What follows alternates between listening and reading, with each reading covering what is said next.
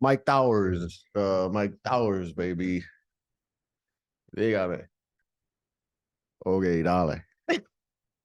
Y'all see what I'm doing? Okay, dale. Oh my Okay, God. okay, dale. Well, y'all, we are back here for another episode.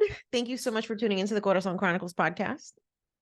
I am excited for today's conversation because I think we're going to be able to hopefully share some inspirational information with people. We're going to be talking about how to navigate differences in a relationship. So we're going to be talking about like income differences, age differences, vision for life differences, opinions differences, all types of differences. Yeah, I mean, it's a lot of it is also kind of relative too. So like where, we're at in our situation and where we're at in our journey in life. And I mean, I know on my 30-year journey, I've already changed within the last 10 years since I was 18 to 20. Now that I'm 30, almost 31, I've changed into like 3 or 4 different people. I've lived 3 or 4 different lives. So this will be interesting. I absolutely agree. I feel like now that I'm closer to 40, I'm just starting to figure out kind of what I want life to look like. And so I know I've told you like your 30s are the era of like self-discovery. Figure shit out. Yeah, like you're more clear on what you want because you have enough kind of experience under your belt to know what you don't want. Right. And I think obviously a big part of that has been, the relationships that you've been a part of. It's definitely been, that's been a big portion of my self-discovery process in the relationships that I've been in, and just realizing like what I do want, what I don't want, going forward. Yeah. And that's with you, especially because you've had so much go on with career changes, relationship changes, living in a completely different state, different region. You've uprooted and changed a whole lot in your 38-year journey. So. Yeah. And all of this happened in my 30s. So God, I don't even want to know what's in store for me. I mean, I do, but I don't. It's like yeah. So I think the first difference that we should talk about is our age difference. Okay. So we are 7 years apart. I'm 38. Well, you guys are going to do the math. I'm 30. She's 38. But you're about to turn 31. So I'm calling it 7 years. Okay. Okay. That's it. I never pictured myself dating somebody younger. But then again, I met my ex when I was 20. So it's like, how much younger could they be? Age ain't nothing but a number. Okay. So yeah, when I found myself out here single in my late 30s, I was just like, well, I thought I was naturally just gonna like find somebody my own age, and that was just gonna be it. Your ex was your age too? A year older. Oh, okay. All right. So basically the same. Because we met in college. So we're all around the same like peer group, age group, whatever. But it's a totally different world out here when you're like dating as an adult with a whole ass life, and you just I think the possibilities open up. And I know several women who have gone down the dating a younger man route and are like singing praises about it. Hey, I know I'm a witness and testament to that. I've seen some of the DMs that you've gotten, especially around like the seminar era, like when you went down to Puerto Rico for your seminar. Everybody's like, where do I find something like this? Yeah. Like, the ones that did find something like that, they're like, oh my God, like the libido's insane. They're just constantly giving. That's no, I want to be clear. It's not just about, the fact that they have more energy. Just more energy, more stamina. We're not like as set in our ways because we're still trying to get there, right? We don't really quite have that that old man stigma of like, I know what I like and I know what I want. Yeah. It's a different era too. So we're very open to changing and being kind of more fluid, because the way everything is now, especially towards men and masculine men and stuff like that, we have to kind of like pick and choose which lane we're going to take and kind of like, hone in on being very open, right? Instead of just being like, nope, this is who I am. This is the way God made me, and take me as I am or watch me as I go, which is a very toxic thing at a certain point. And I think people, of any gender are guilty of that after a certain age. I think like it's much easier to be jaded after you have like several negative experiences or relationships under your belt. Whereas, when you're younger, you're probably more optimistic. You have kind of a brighter outlook on life because you just haven't had like all those things happen to you potentially. But I did do a survey on my Instagram. And y'all would be surprised how many women out here are like dating younger men, but just don't really publicize it because there's still a lot of stigma around it. But like there was a lot of people DMing me, you know, in private. They're like, girl, keep telling people to date younger men because I'm so much happier with my man. He just does like, you know, he's more open to like conforming and changing and having communication and just like being a partner versus just like I'm the man and you know whatever I say goes. It's just it's crazy like how many people are actually hiding the fact that there is an age gap in their relationship because they're afraid of being judged. Well, you know, and I can understand that because I mean, it's always been a thing. The older guy goes for the younger chick, you know, he's like 50. And the whole thing about that is that any young man, I mean, you see these surveys that people are doing in the streets and stuff. They're walking around with a mic or their phone and they're like, hey, so how much does a man need to make? How old are you? I'm 24. How much does a guy need to make for you to, you know, oh, at least $100,000 a year, $500,000 a year. There's not, I mean, you're talking about like an upper 10% of guys between the age of 20 and 40 that are going to be making $100,000 a year, Yeah. let alone anything over than that. So our entire youth, as I guess if you will, we're being taught that we're not worth enough. We need to make more money. We need to change how we look. We need to be a high value male. All these things. What does that mean? Can we break down what that means? Because I don't know what that means. We'll get into it. Okay. So, our journey as a man from the age of 18 to 35 is a grace period for us to get our shit figured out. We're Yeah. trying to figure out what our career is going to be. We have to levitate ourselves in that said career, right? So our journey from broke to, you know, our journey from zero to hero is 15 to 20 years. And that's why when most men reach that goal of financial stability, and maybe they've been working out for the last 5 years, now they got a little body to them.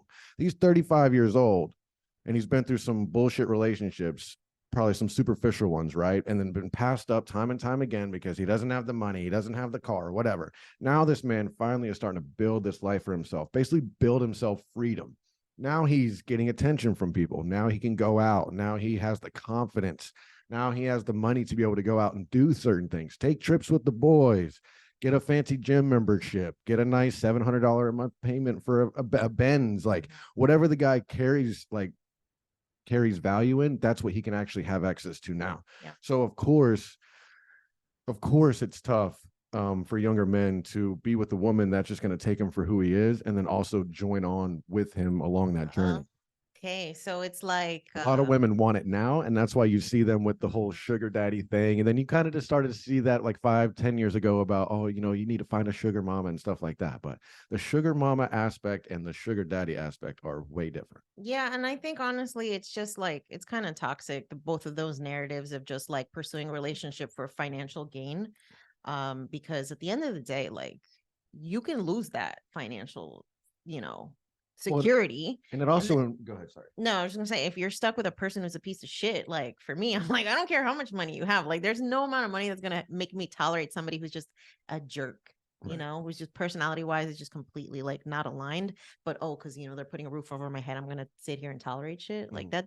That for me feels very much like what past generations of women in my family had to do. Right. And I'm like, why the fuck would I actively choose that? Yeah. I guess what my whole point about it was just that men now that are reaching out to be with older women, it comes from, I mean, at least personally in my own thing, and then also what I've seen amongst, you know, people in my age group, is it's not for shallow reasons like you would hear from a sugar baby to a sugar daddy. Yeah. Sugar daddy's like, I want to pay for your time because it's like an escort service, right? I want to pay for your time. I know my role. I know you're just leeching off of me for money. I'll pay the car payment. And the sugar baby's on the same thing. I'm gonna sell my body. Yeah. If you want to lick on my feet, whatever, like whatever weird shit, we can do that one weekend a month as long as you pay my college tuition. So that's cool. But for men, it's completely different, you know. And then also older women are, now there are some out there that are like been in like a 20-year marriage that never really got off, like never really, you know, just fucked out of guilt or once a month or maybe not at all. And then all of a sudden create their 20s. Now they're back with that full wind in their sails, and I'm sure they're out there moving like an entire dude. They're like, you know what, I want to run through as many young men as possible. I'm going to suck these men dry in more ways than one. So it is what it is, right? But then there's also these women that have gotten out of that and they do have a life built for themselves and they do want to share that with somebody. And you know, unfortunately, being an older woman, you know, we were just talking about the older men and how they're stuck in their ways.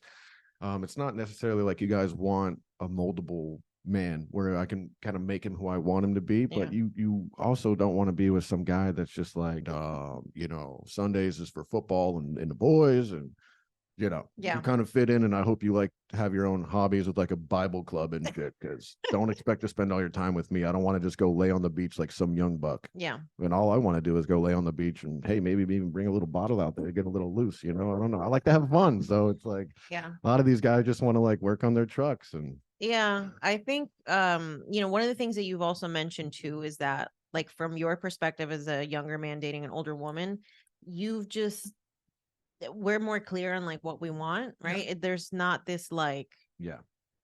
just kind of ambiguous, let's just go with the flow, like whatever happens happens energy. Mm-hmm. I think one of the reasons why we vibe so much is because even though we do have an age gap, Yeah. we have a lot of shared like vision for what life looks like for us. Like, I think we're very much on the same page for like what that vision looks like, what we would like to do together, what we'd like to build together. And there's not just like this kind of frivolous existence where it's just based on like going to the club every Friday and like bullshitting your life away. Yeah, I mean, it is tough. You know, it's a tough scenario because you know everybody's different and everybody's situation is relative. So it's a very weird thing that we're in right now, especially with the women having the dynamic that they do with the financial security and the independence and also the freedom. Like, you guys have so many more rights now, like, and not just like rights written on paper. I mean, like societal rights. It's expected. It's starting to be expected now that women are, they just have shit figured out, you know, whether it's financial or mental or emotional or whatever. Like, women are doing so much more self work on so many different aspects. Yeah. You kind of start to see men, especially younger men, like we're just like focused on like bettering our mentality, bettering our lives physically, and just becoming like building this foundation for something that's going to come in the future. And regardless if that's with someone older or someone younger.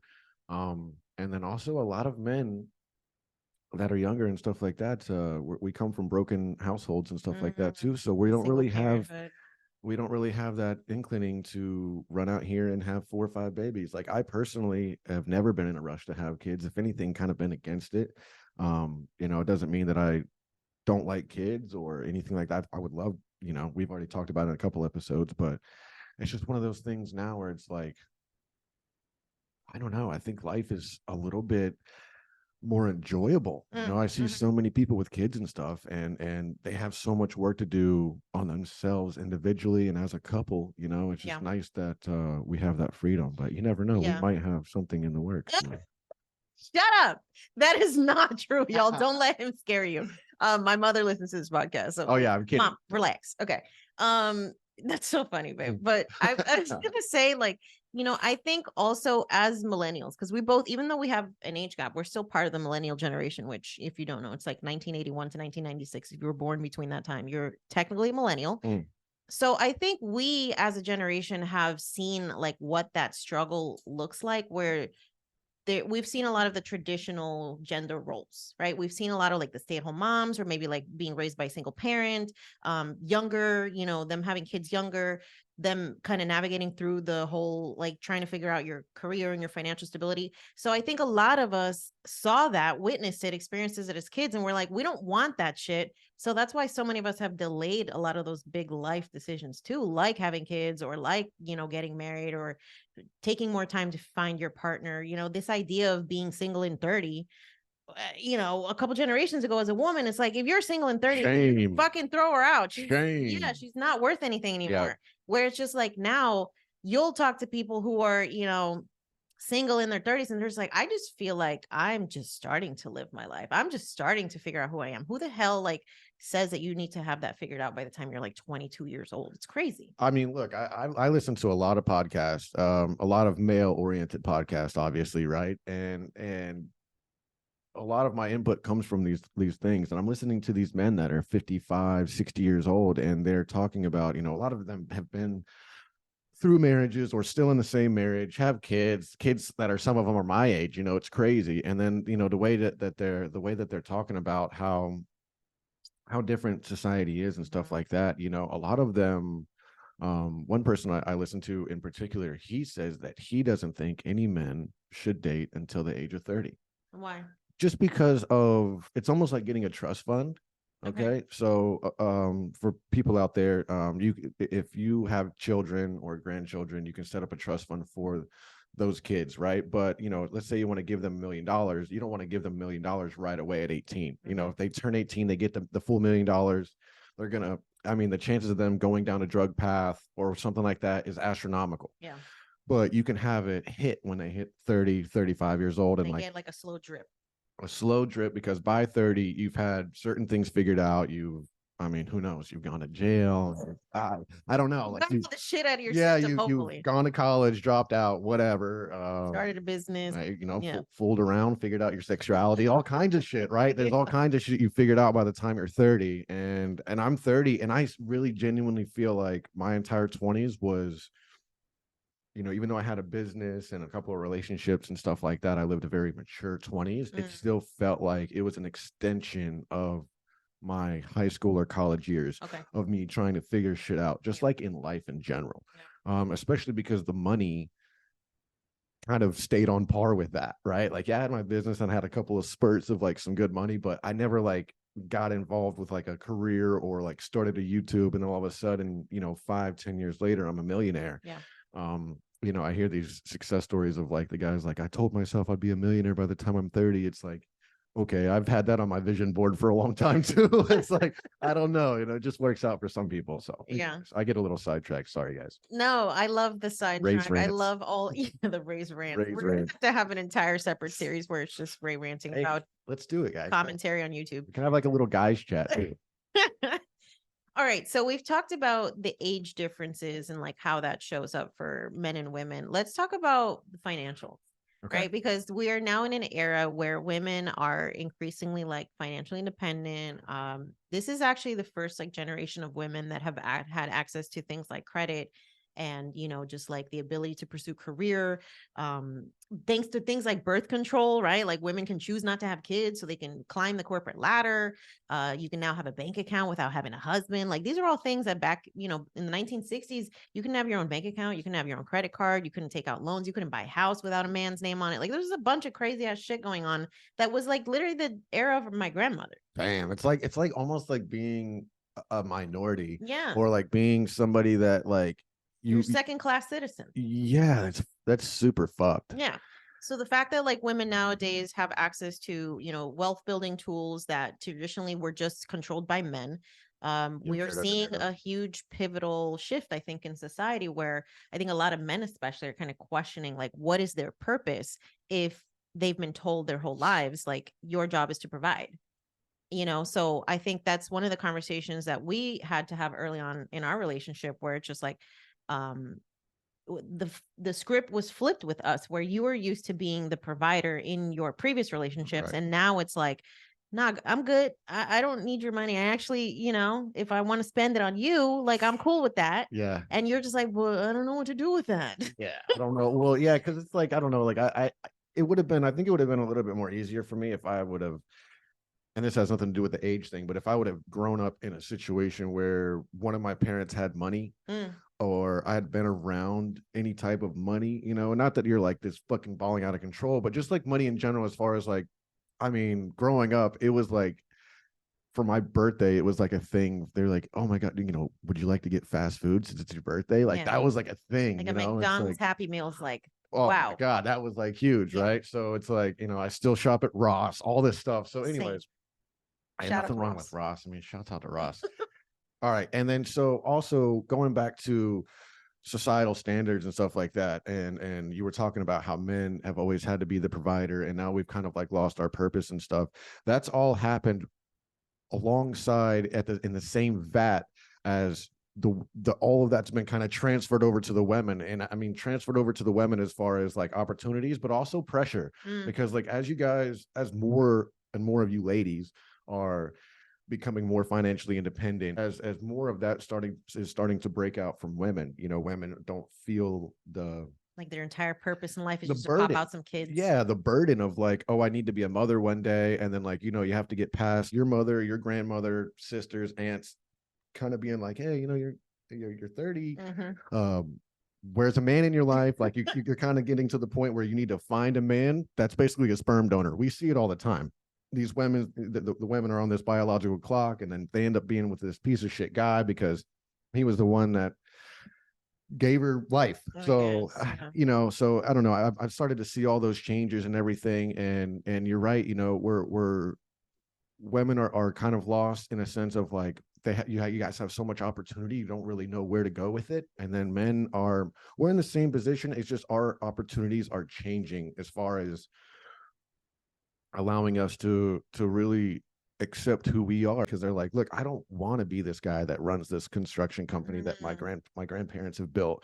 I did it with my dad with his company. My dad has a company he's built for 20 something years, and that's like a something I could have taken over or something if that's something I wanted to do, but that just was one of those things where I'm like, I don't really want to do that path. Yeah. And if it's not something you're passionate about, it's like, why would you sign on to that? And how many people out here in this world are doing things that they're not passionate about based on the fact that they've painted themselves in a corner? One of the things that I think is a benefit to men in this dynamic that we're in now, where women are more financially independent, is that because for so many generations, y'all have been drilled into your head, provider, provider, provider. I think there's a lot of men, especially of older generations, who pursued paths, careers that they were not actually passionate about, but it's because it paid enough or it was going to allow you to quote unquote have money to raise a family. Yeah. There's a lot of men who sacrifice their dreams in order to fulfill this provider role. Yeah. Whereas I feel like nowadays, when you have a partnership where both people are pulling their own weight, both of you can actually pursue that thing that you're passionate about without the pressure of like, oh, well, I got to sacrifice my dreams because they're not realistic, or, I just need to provide a paycheck.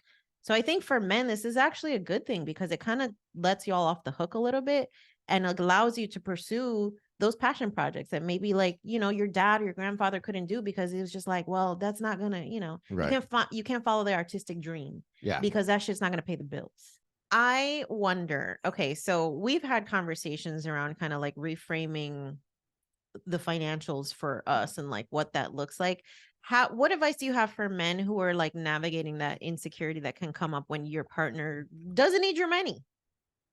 Yeah, I actually have a question for you about that. Okay. But my question for you first, and then you can sit on it while I answer. But my question for you is that once you started to experience some financial freedom and a little bit of wealth, you were obviously in a relationship where that wasn't reciprocated on both sides, right? So you were kind of already in this situation where you were already the major breadwinner from probably pretty much from the get-go. Been the breadwinner, right? Since day one, from factory job on up. Yeah. So I guess you were kind of used to it, but my question would just be like, was that something that you had to accept, or was that something that you were like okay with? Like, is that like a role that you accepted? Yeah. Now, for my advice for men that are younger, looking for, not even just younger. I mean, you could be in a relationship where both people are the same age, but the woman just, maybe she went to med school and she's a doctor and she makes fucking 3 times as much as her husband. Okay, so they're not even looking for it. They just happen to like, let's meet on Hinge, let's go out to eat. Or it could just be that like you get married young too, right? And you pursue different career paths, and just the woman ends up like making more money at some point. Yeah, I think that my only advice really is just to like really find yourself. And I know that's very cliche, but I think that when you work on yourself as an individual, regardless of man or woman, but when you work on yourself, when you're on the elliptical, or you're writing in your journal, or you're meditating, or even if you're just like watching a TV show by yourself or whatever, if you're spending quality time with yourself, and that means that you're allowing yourself to have personal conversations. And a lot of my self-help comes from personal conversations, and so if you know yourself, and you're confident in who you are and stuff like that, then obviously the money shouldn't matter. It's always going to be a thing just because of the fact that we live in the West, and it is capitalism sucks. Well, I mean, shouts out to capitalism. I wouldn't want to live anywhere else, but Yeah. you know, I But want it to does have put the power pressure on to. all of us to like just always put kind of money as the forefront thing, which can be fucking toxic mentality too. Yeah, and it's it really depends on your personal relationship with money. I've always been taught that money is a tool to get you certain things. You know, if we spend money on a vacation or whatever, we're not spending money, we're buying memories. Yeah. These are fun tickets, right? A dollar bill is a fun ticket, and life is a big fair. And if you want to eat something, it costs a certain amount of tickets. Yeah. You know, if you want to go to this side and go have fun, it costs a certain amount of tickets. So if you can have a relationship with money in that sense, that money is a tool, not an object, it's not a number that can Validate your worth. no. So that would be my advice for men or women that find themselves in a situation where the other person is the breadwinner, but also have a good conversation with that person and let them know that just because they are the breadwinner doesn't mean you get to live the retired life. And don't be disrespectful in that sense. If that's something that that person wants to put on you, then it still needs to be a conversation. Don't let that person come to you and be like, hey, I'm balling out of control, go quit your fucking job, because there's a power dynamic Oh, to for it. sure. And that's not, if that's something you guys sit down and talk about or whatever, then that's fine. You know, that's your specific situation. Yeah. But I think it's very healthy for both people to have a purpose, you know, and if one person's making enough that's paying all the bills and stuff, then the other person should be able to go work because they need a purpose in life. They need a sense of pride, and that way they can pay their own fucking phone bill. They could buy themselves some shoes. They can, you know, they can get groceries for the house, you know, like they could do certain things to like kind of help out, you know, and have their own sense of like, I'm still making my own money, right? Like I'm still okay. Like I don't have to be like, hey babe, you know, can I get $100 to go to the dispensary? Like it's crazy. Yeah. You know what I mean? So no, I think that's such a good point, babe, right? Like when it comes to just be sure in yourself. Self-confidence yeah. and everything else will gonna just roll off your back like a duck. And also self-confidence is the sexiest thing in the world. It really is. It really, like if you, even if you fake it till you make it, if you come across like you know yourself inside and out, you know what you like, you know what you don't like, you know what you want to do, what you don't want to do. I think that's going to come across in all aspects of your life, no matter what. You're going to kind of ooze that out a little bit. Yeah. I mean, I think it's like, you know, what else do you have to contribute to the relationship beyond money, right? Like, are you a person that really handles stress in a great way? Like, are you a person who's very creative when it comes to problem solving? You know, are you the type of person that you can, you know, pick up where your partner has some sort of deficit, right? I think those are the kind of things that people need to consider in a relationship when it's like, what value can I add? Like for you, one of the things that I love about you is how you can like calm down my drama. You know, I'm prone to like emotional fucking, what's the word? Oh, freak out. Yeah, right. I can definitely be like emotionally unstable sometimes. And you're just really great at kind of lowering the temperature and being like, babe, everything's gonna be all right. Yeah. Even something as simple as like, hey, you know, I have a business trip. Do you think you can like hold down the fort at the house? Like that type of support is so important, right? And it just like you got to figure out where are those gaps in the relationship and where do your zones of genius lie as individuals that can complement, right? So maybe somebody's a great cook, so you're the one who's handling dinner. Maybe somebody's a great planner, so you're the vacation person. Maybe somebody's really good with money, so you're the one that's like, you know, putting together the Excel spreadsheets and mapping out the financial goals for a couple. Yep. You just need to figure out like, what am I good at? What are you good at? Where can we complement each other and not let it all be about like, what can I provide financially? Because that for me is just such a superficial thing to have be so important in a relationship, right? So that question that I asked you about. Yes. So like, was that something that you had to, you being the financial side of any type of relationship that you were going to pretty much be in? Yeah. Was that something that you accepted and you were just kind of like, I'm just going to hone in on guys that are like good guys and I'm not really going to pay attention to the money? Or did you try to dabble around and be like, let me just go after some dudes that I know they're on the same similar level as me, let me just go and see? And did that not work out and you kind of like dialed it back down? Or what was your route for, did you even really experiment with guys that were on your same level financially? Are you asking post-divorce or just like Just when like I in started general, dating yeah, in just in general? general, was that something you were Okay. attracted to, or is that something that you tried and it didn't work out? Or, you know, are they all kind of like fucking power trip, Yeah. like, you know, macho guys or So as far back as I can remember, even as a kid, like maybe when I was 10 or 11, I always knew like I never wanted to be under the financial thumb of a man. mm, And I think part of that was because I saw like my mom basically was like, and she still is financially dependent on my father. sure. So I was always just like super hyper independent as a kid. And like, even before I was even thinking about relationships, I just always knew I wanted to be able to fend for myself. Mm, So I never approached relationships from the aspect of like, what do they have to offer me from a financial stability perspective? Because I always knew I was going to provide that to myself. mm.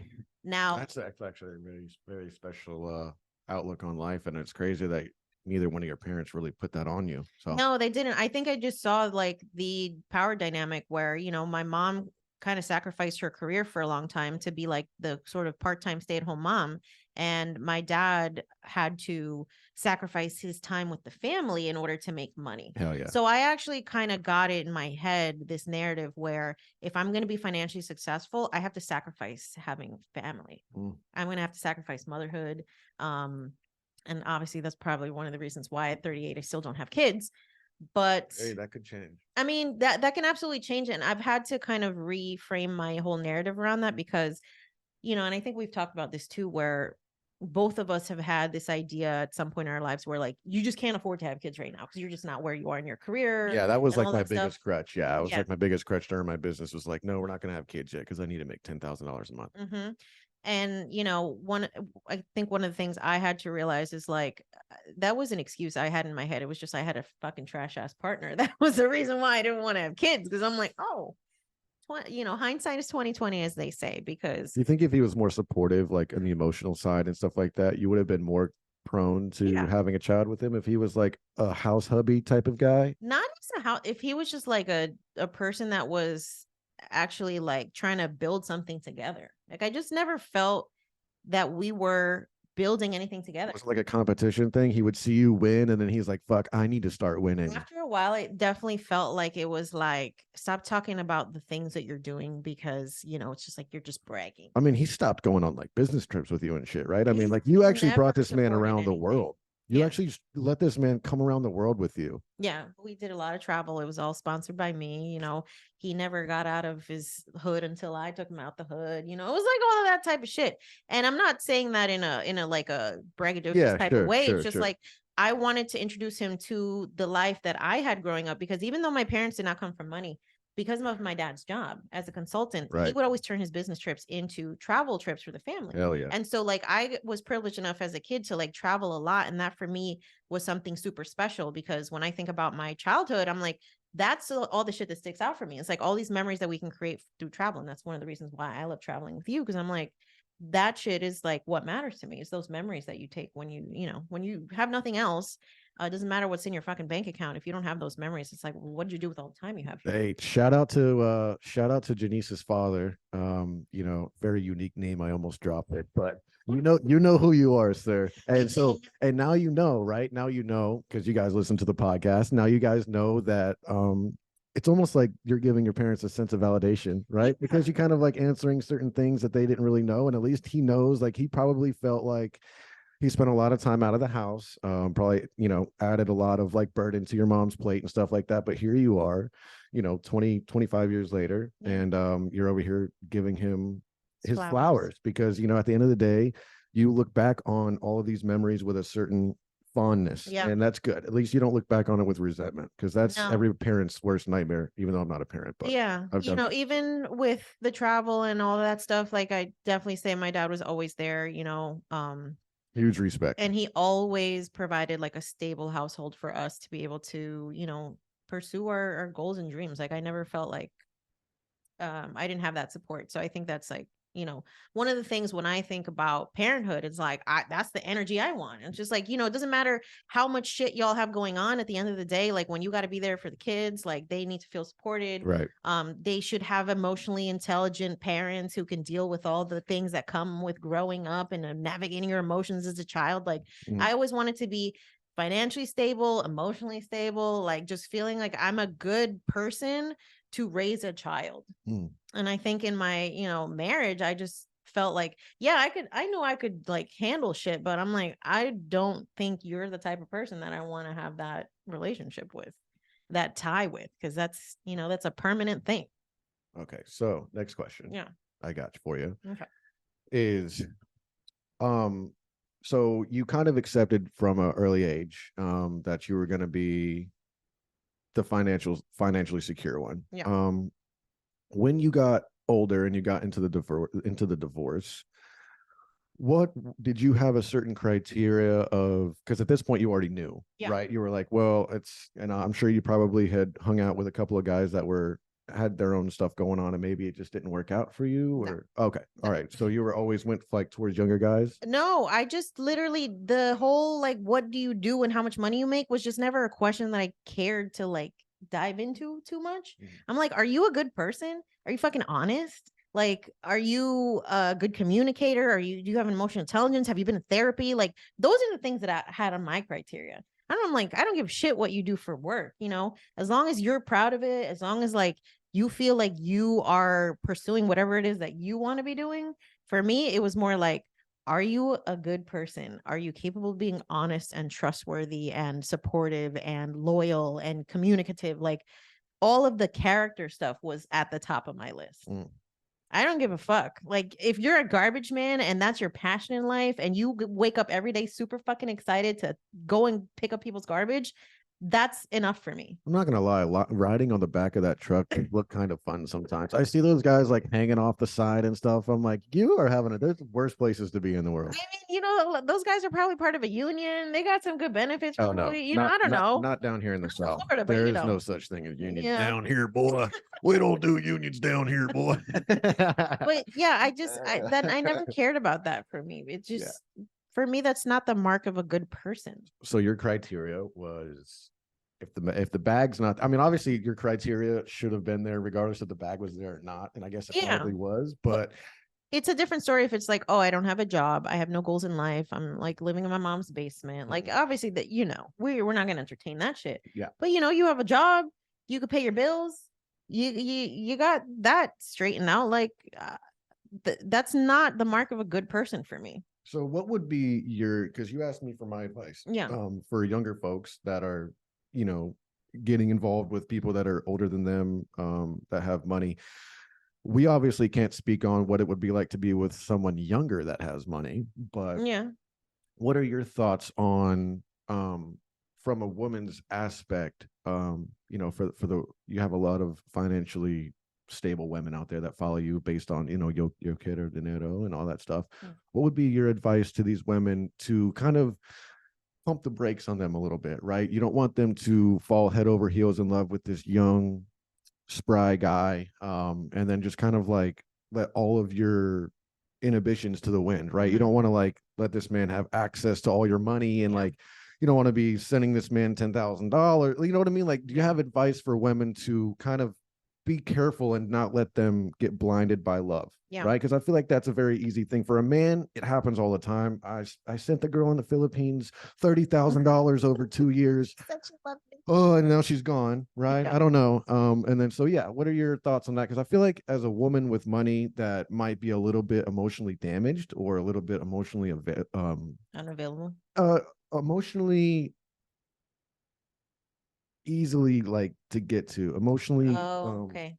Yeah. What am I trying to say? Just emotionally quick to unstable a little bit, right? Like, Yeah. to where it's like easy for a man to come in and you just fall head over heels in love with him and want to share everything that you've built for yourself with somebody, because that's something that you expressed to me. You're like, I just want somebody to come home to. I want to share this life with somebody.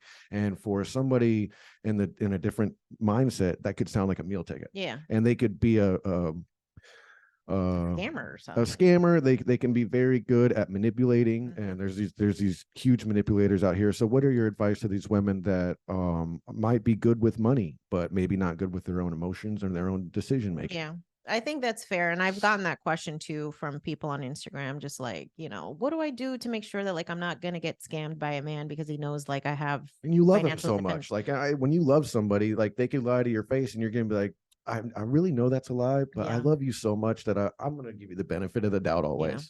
Well, I think the first thing is to not reveal too much about your situation too early.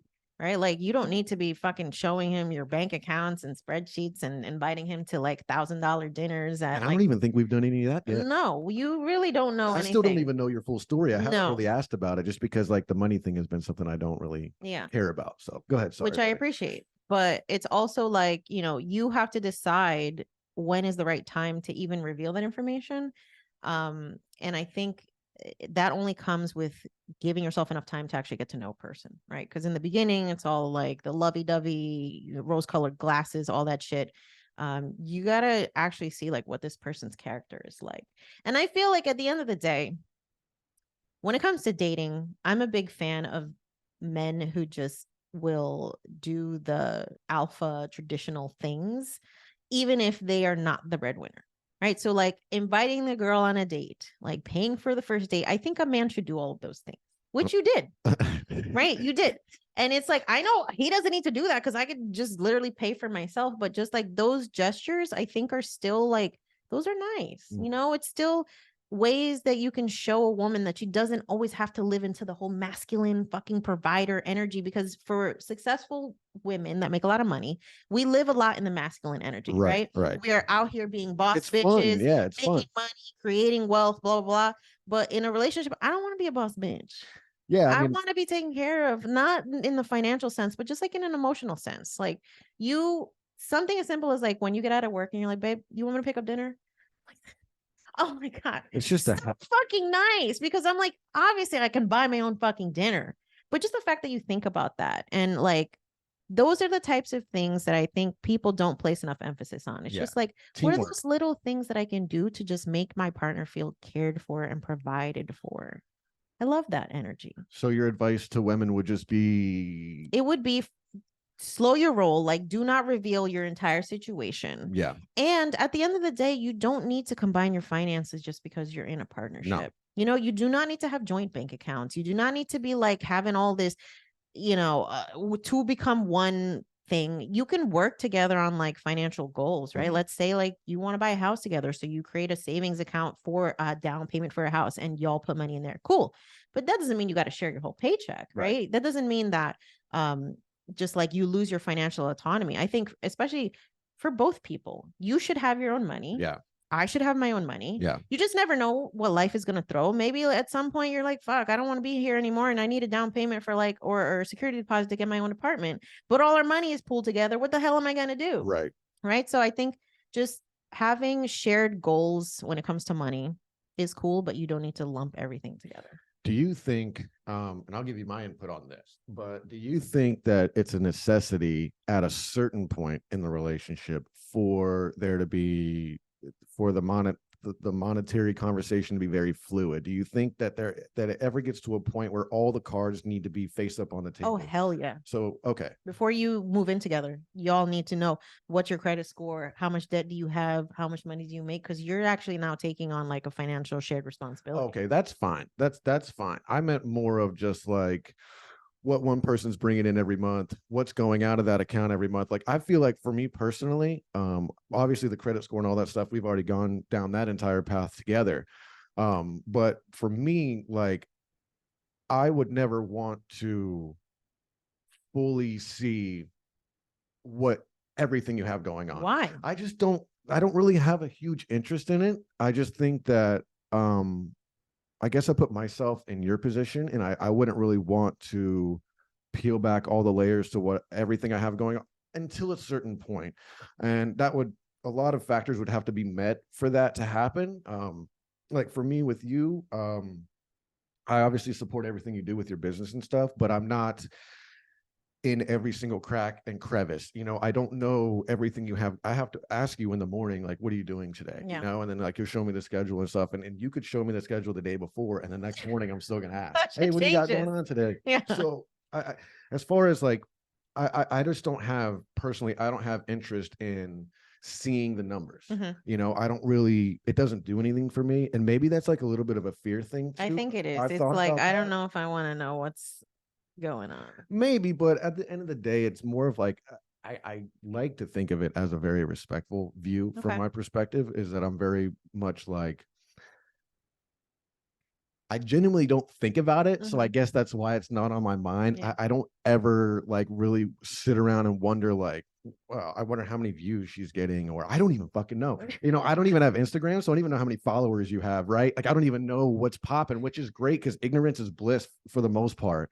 And I'm a very confident guy in what I have going on and like my own goals and stuff, but I just don't know if that's a healthy thing at too early of a stage in a relationship. I'm sure that No. we'll get to a certain point, If maybe you're a year or gonna two get from now, married where or it'll be like, something, then y'all need some fucking financial transparency, yeah, it's like, right? hey, I have this bank account, I have this credit card with this credit line, and this much of this credit used. Like that's like a whole Yeah, I week think long conversation of like, let's dive into both of our financials and right. see exactly what happens. Mine's very simple. I have 2 direct deposits every month.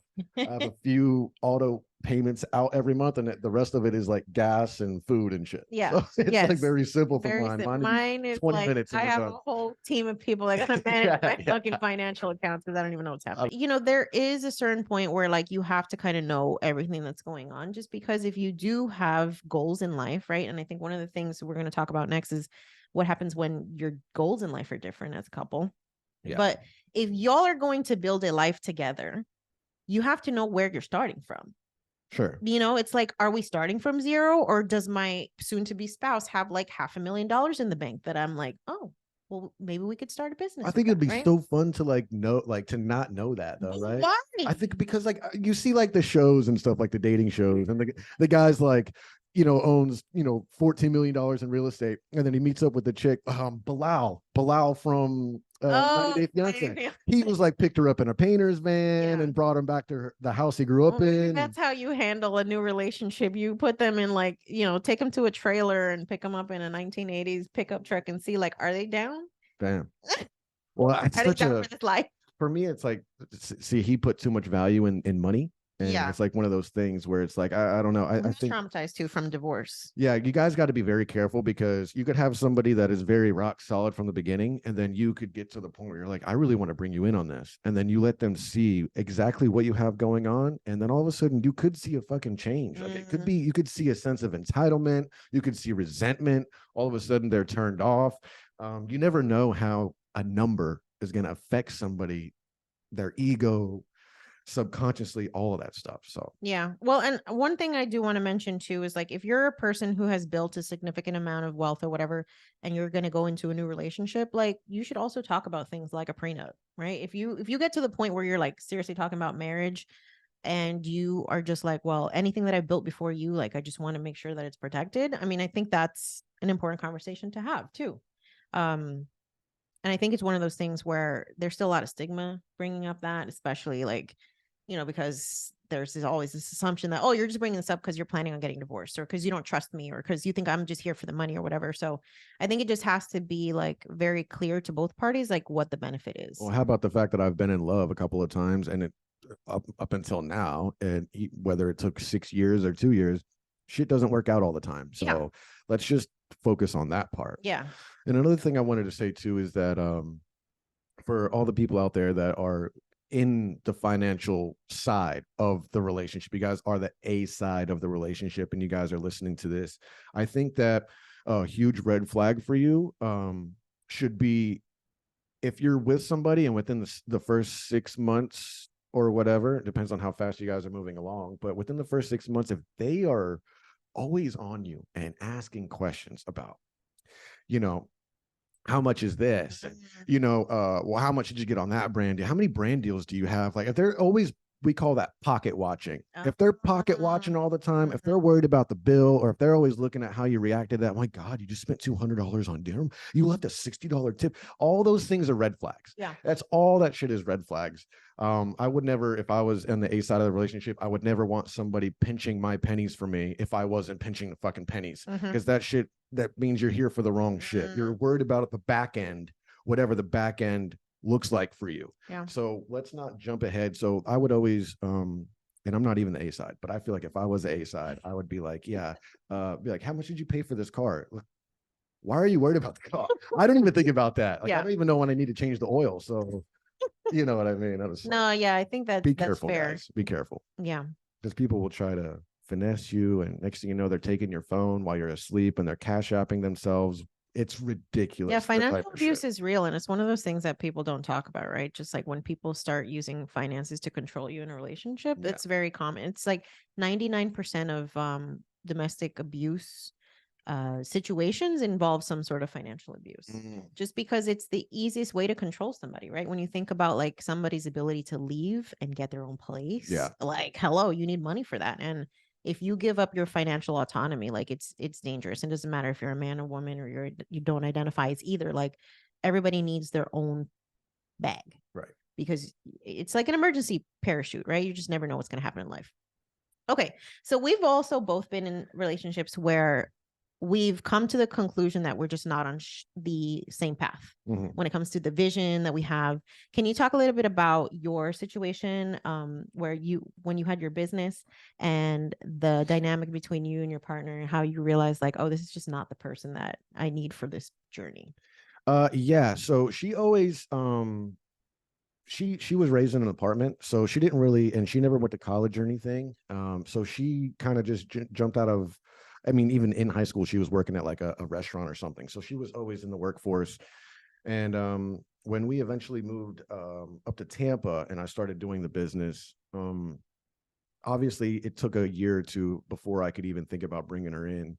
But at first, it started with just getting her to kind of come on jobs with me and kind of just be like free labor in a sense, and just kind of help me and just kind of be boots on the ground, help me make flyers and all that kind of stuff. I tried to get her to learn how to edit some video and stuff like that, just like little tiny tasks to make things easier on me, but also, watching my parents build this business together and stuff like that, I really craved that. It's not that I craved it, I almost expected it. I just kind of Yeah. saw like this is how things should be, in a partnership.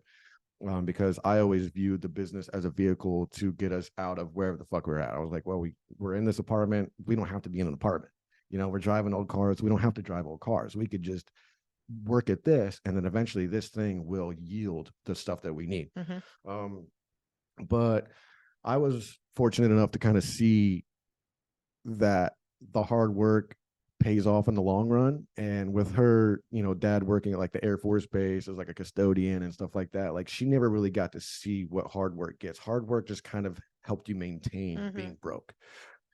So when she would see me out of my struggles and working hard or things not working out, the phone's not ringing, sometimes we'd have to pay the rent with what she was making from her job, certain things like that, she kind of was like, just didn't understand how long it could take or how fast it could be. It's Yeah. like one of two ways. It's not a. That's the nature of entrepreneurship, y'all. Yeah. You just never know when shit's gonna pop off. It can happen overnight. It can happen in six or 10 years. Yeah. So I had tried several times to kind of figure out what she was going to be good at, what the way that I could kind of utilize her in the business. And she tried a little bit, but she also wanted to kind of create her own thing. So I helped her go through real estate, the classes, and I helped her take her test. She took it a few times and she finally passed it, and then, got access to the MLS and stuff like that, but never really went anywhere with it. So the real estate thing, when I saw, I helped her study flashcards, all this stuff, and then I helped her, figure out where she was going to go. Got into the Century 21 place, and then she thought they were just going to be sending her leads. Well, the leads they were sending were just like, oh, you have to cut your teeth, you have to. And the guys that she was working with were trying to kind of coach her and stuff, but she just didn't really. She thought it was going to happen quick. And that happens with a lot of people that haven't been around business. They think that they're going to get in because they start off watching these videos of these guys that have made it already. Yeah. And it's like, they don't have the 10-year struggle story to actually use as a frame of reference. You don't have the 10,000 hours. And so anyways, once I saw her lack of commitment and just how easily she was affected by failure with that, I was already chewing my way through failure, and I had already started to build up my business with equipment and trucks and certain things like that. So I'd already cut my teeth, and I was kind of starting to see that my struggles went from being broke struggles. I had the same amount of struggle, but struggle changes as your business grows, right? So now my struggle wasn't the money. Now my struggle was having employees, the fucking marketing, dealing with Google all the time, always, working on my fucking website, always editing videos for YouTube, all this stuff. My struggle was way different and more sporadic. So once I saw that she didn't really have the work ethic, which is not her fault. She just didn't understand the vision. Yeah. And I brought her to my dad's company and let her kind of see how I grew up and the things that we were able to make and stuff. So anyways, I think that just the lack of heart was the thing that kind of deterred me. And I think that affected all aspects of the relationship, because once I saw that the lack of heart was there, and I was like, well, if shit's going to get hard, then you're just going to look for a reason to bail. Then all of a sudden I didn't really want to get engaged. Because I didn't want to get engaged, I didn't really want to have kids. And then, here I am building this business, and it's just started to kind of wedge where she's working for some insurance place, not even doing anything with the real estate. And then here I am with my business, and I've got these 2 trucks. I got these 3 guys working for me. Our lives are starting to separate. Our classes are starting to separate, because I'm starting to move up in tax brackets, and I'm having to pay money for taxes instead of getting $2,000 back every year. Like, things are starting to happen, and now life is not very comparable, right? Now our conversation is different. And I'm talking about, what are you doing today? I don't know what the fuck she's got going on at work. I don't know what she's talking about. I don't remember coworkers' names. I don't know, but I have to pretend, and I want to, I want to. And then I'm talking about equipment and SEO and stuff like that, and she's glazed over too, but she wants to be there. It was a tough thing, and then eventually it was just like,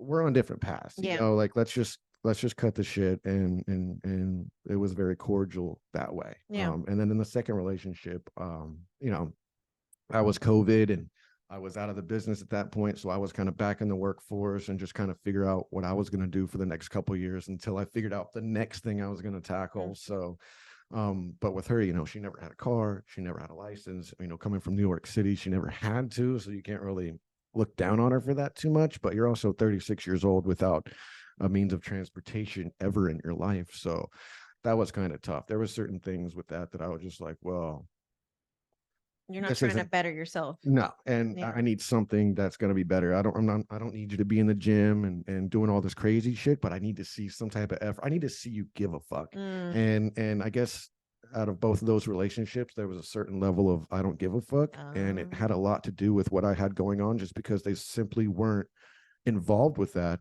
And it wasn't me not wanting to involve.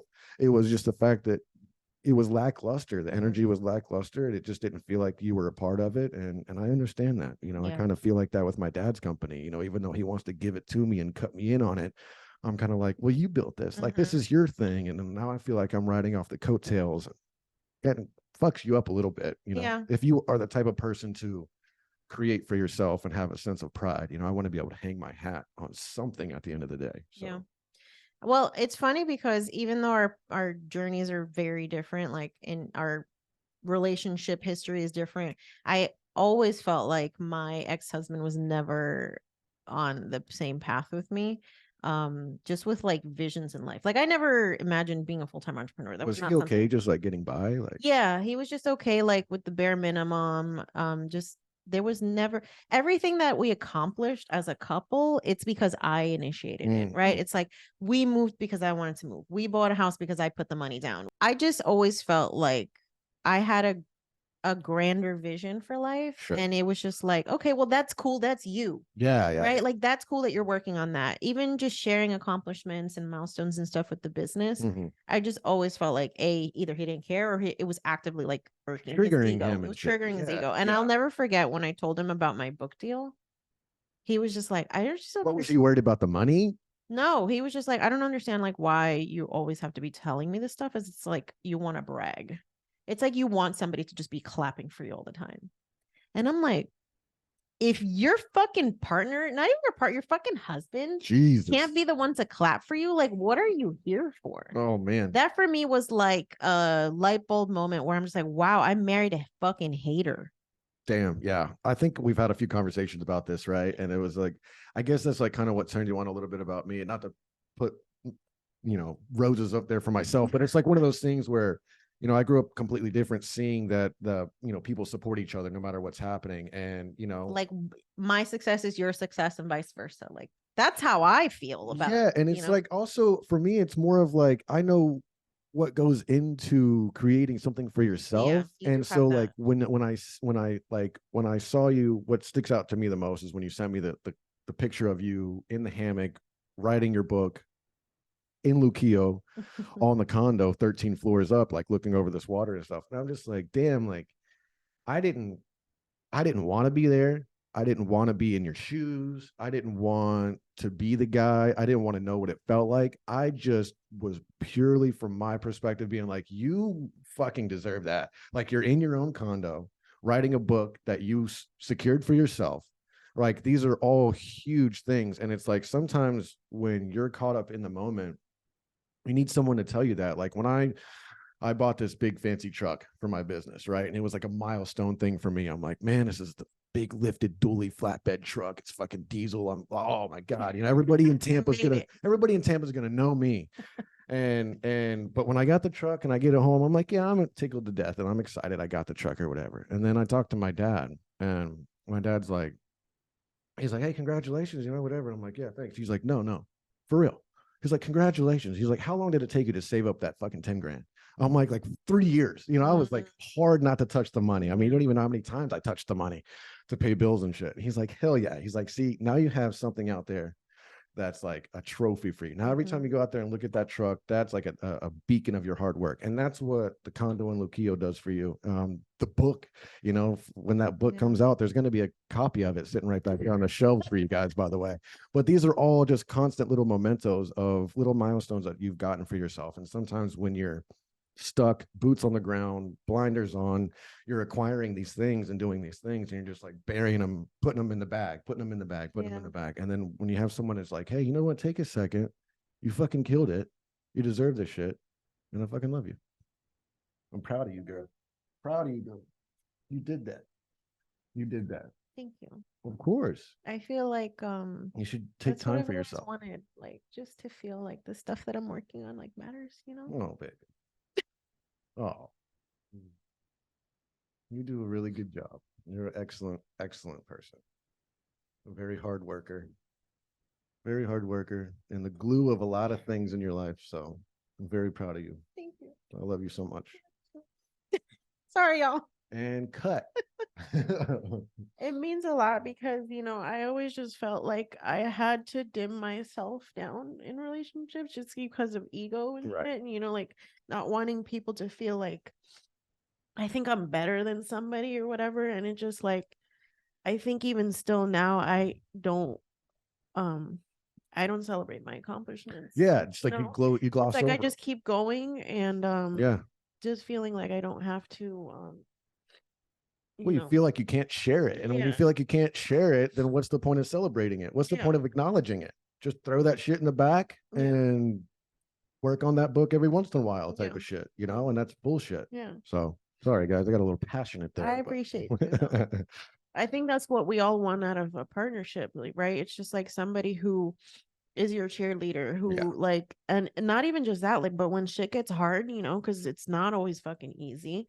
Especially like if you're an entrepreneur and you're like trying to build some shit and you're like a first gen kid who's like starting from the fucking bottom, you know, there's gonna be times where you're like, I don't know if I can fucking do this anymore. And sometimes it's a difference between like having a partner who's like, no, you can't fucking do this and I'm gonna help you, versus like somebody that's like, oh well, whatever, you know, let me know what you figure out.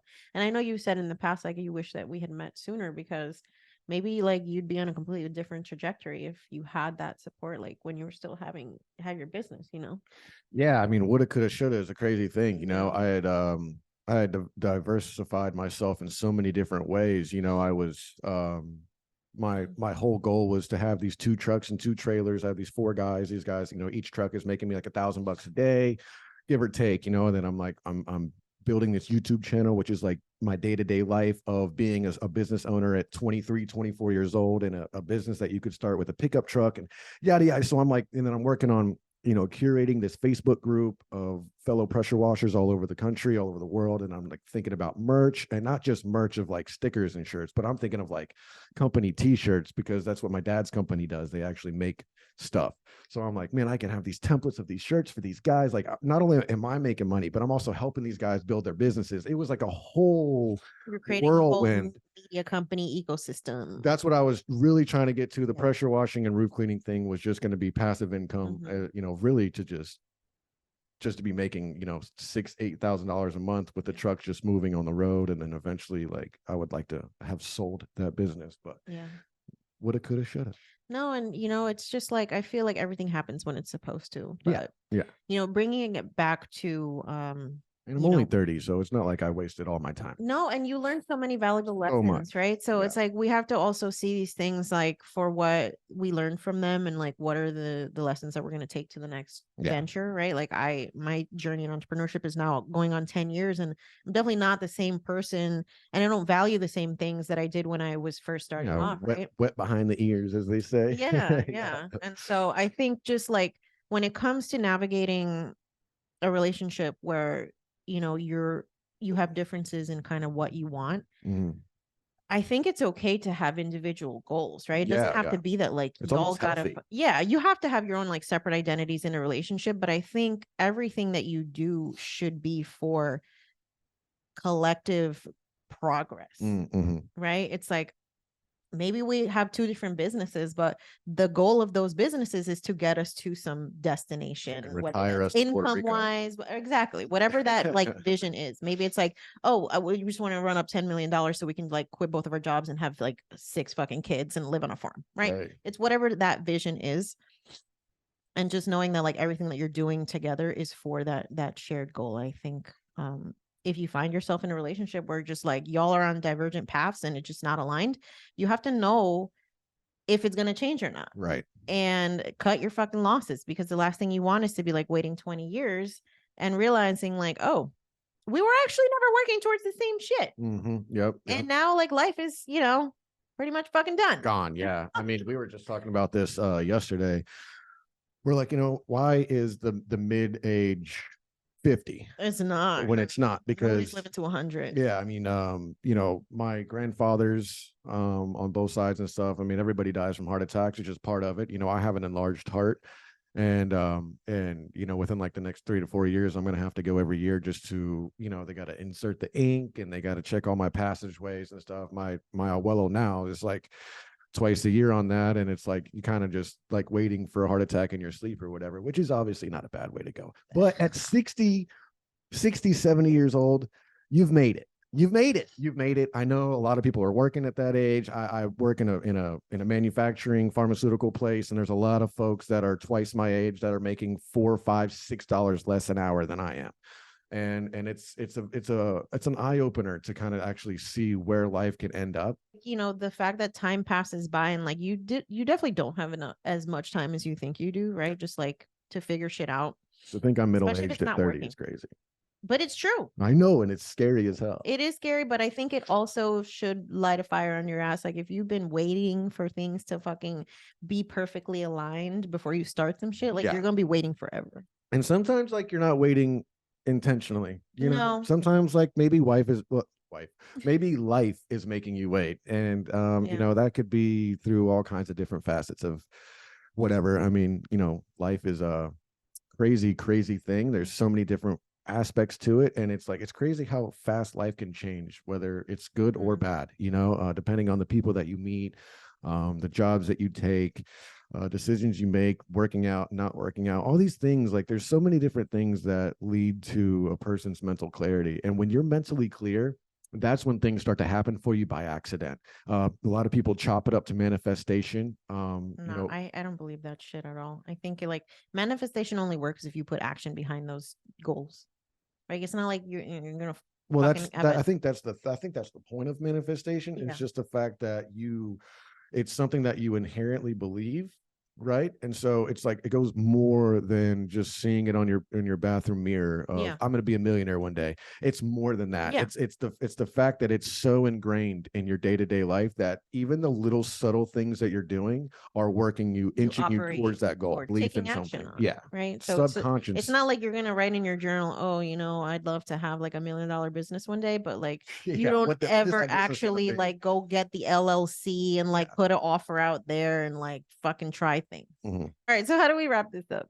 Oh man, I just think that there's so many gems. I wish we could just talk for like hours and hours, but everybody has their own lives, and I'm sure they're tired of talking to me.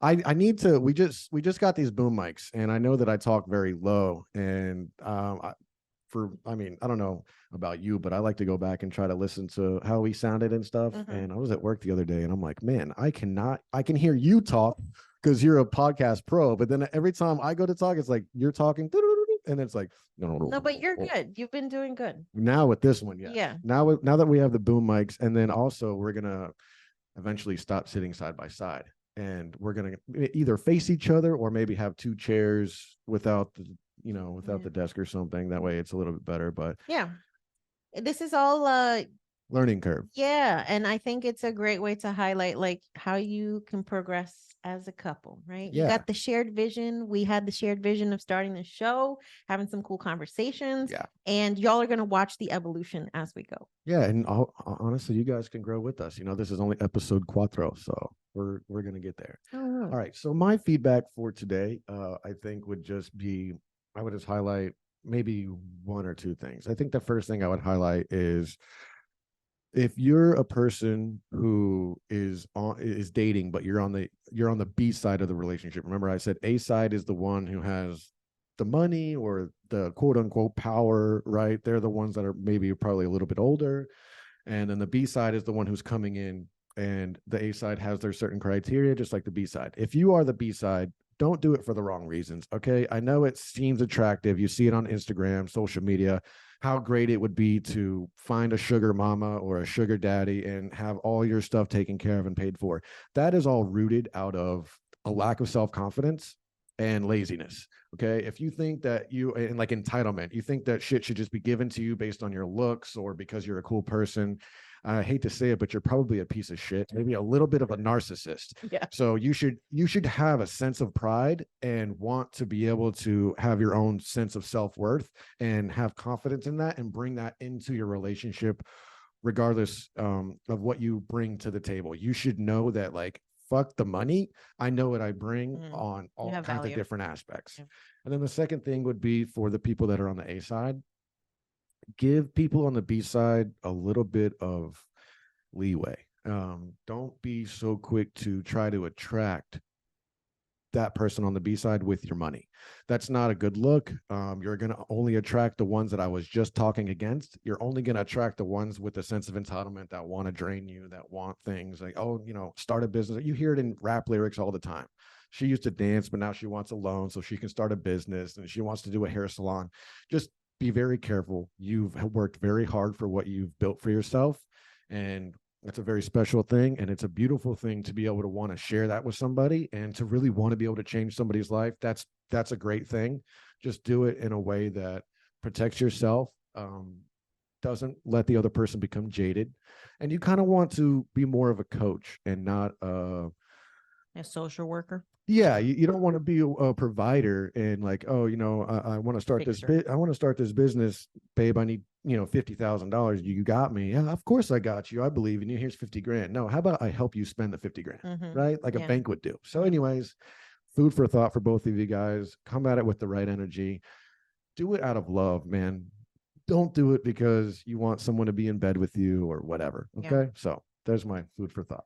I think for me, I'm going to talk to the age gap couples. Okay. Right. Yeah, so from the perspective of being older and being with someone younger, I think it's always important to realize like you cannot actually try to see them as an equal because they just don't have as much life experiences. Yeah, it's hard. So somebody who's 7 years younger than me is not going to be in the same career status as I am. Right. Yeah. And so like judging someone based on what they've accomplished up until this point is kind of stupid if you think about it, because without knowing their whole life too. Without knowing their whole life, like you really need to have that context and have a lot of compassion, because you might want somebody to be where you're at level wise, but literally they haven't even been on the earth the same amount of time. And they probably not even had the same path, Yeah. Just the right opportunities and stuff. Yeah. There's so many things like, privilege and access and resources and advice and mentorship and all these things. The right people. Yeah. So much of that. Right. So I think it's always important to maintain that perspective. You're just in different places in life, and you're always kind of going to be a little ahead of the curve because you've had more time. Yeah. You got a 7-year jump on me. Yeah. And so I've had to remind myself about that sometimes too. Really? Yeah. Just because, I know like you're still in your trying to figure out like what your vision for your life is going to look like career wise, especially. And I always have to remind myself, like, he's 30, like he hasn't had enough experience in like corporate or just like in life. It probably comes from like you seeing my potential as well too. Yeah, Right. So you're like, you see absolutely. the potential and you're like, oh my God, you're fucking wasting your time.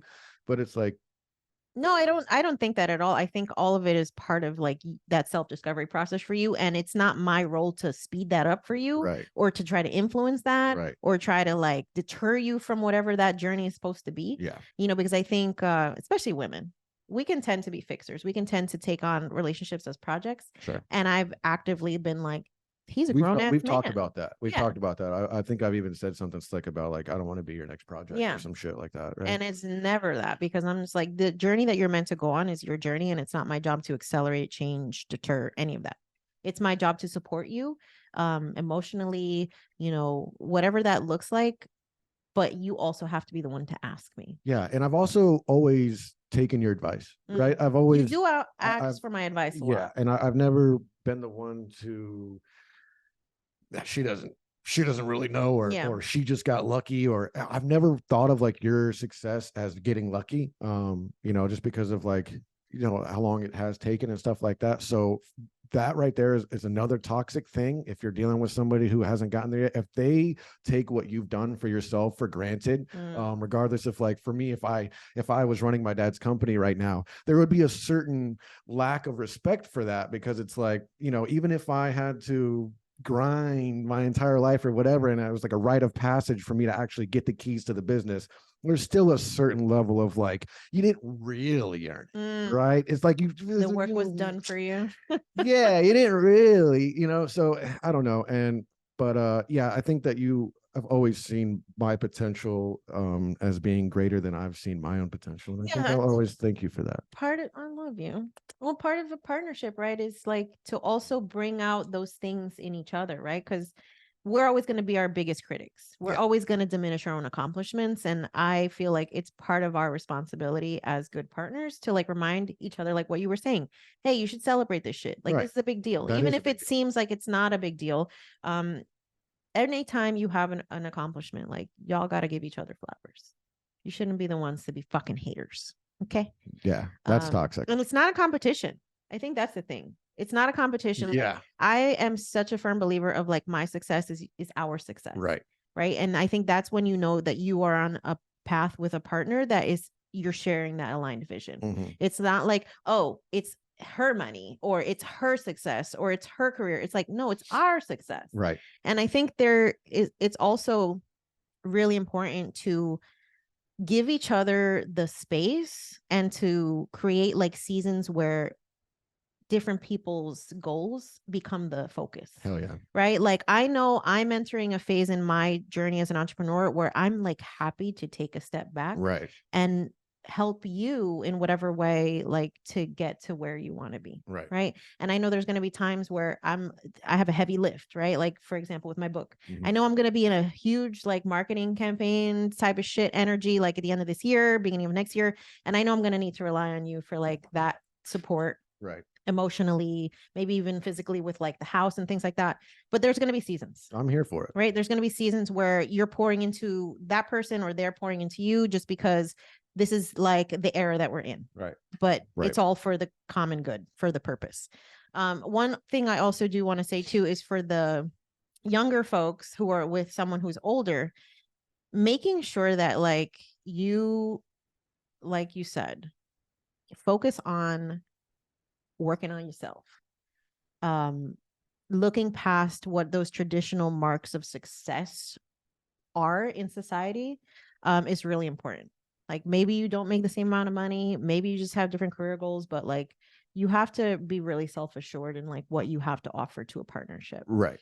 And committing to self-development and self-work, like as a couple, I think is so important. Like everybody should be doing their own shit to become the best version of themselves, because that's ultimately going to benefit the partnership.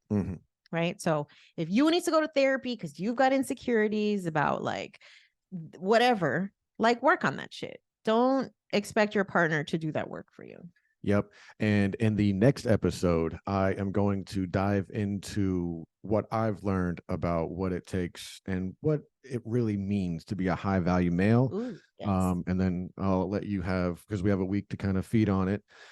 I'll let you think about what that takes for a high value female. I Mhm. have my own take on listening to these shows and stuff and what I feel is a high value male. Also, what makes a woman a high value woman Mhm. in our perspective. It has nothing to do with money or anything like that. It has everything to do with self care, mental clarity, emotional stability.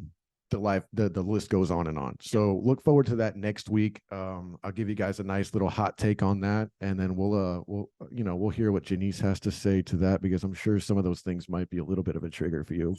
Not that it's what I really think of, Yeah. or maybe I don't really fit into that basket, but the basket is very broad. And what makes a high value male in today's society, especially for us younger men, um, is it's a little bit different than what it used to be back in the Yeah, day. I think so. I'm super excited for that conversation, babe. And I think yeah, I think folks are gonna really enjoy the direction that we're taking the show in. Super excited to start bringing on guests pretty soon. So make sure that you are following us on social, you're subscribing on YouTube, you're doing all the things. Because yeah, we're just getting started. Yeah, and pay attention to the Instagram, because Jannese actually runs the Instagram, but she's very good with it. So she's always, interacting with people, constant DMs. I mean, the DMs from you guys about, just feedback on the shows. Also, giving back questions and potential topics, things that you guys would like to hear about. I know she does the polls and stuff like that too. So that's a very fun thing over there. And You can find that at Corazon Chronicles Pod. yep. And we're just getting started. So thank you guys so much for watching, and stay tuned next week, because next week's episode is going to be fun. I already have like a whole 30-minute segment in my head right now. I can't wait. We're going to get Ray's rants. Let's fucking go. Let's go. All right. See you guys.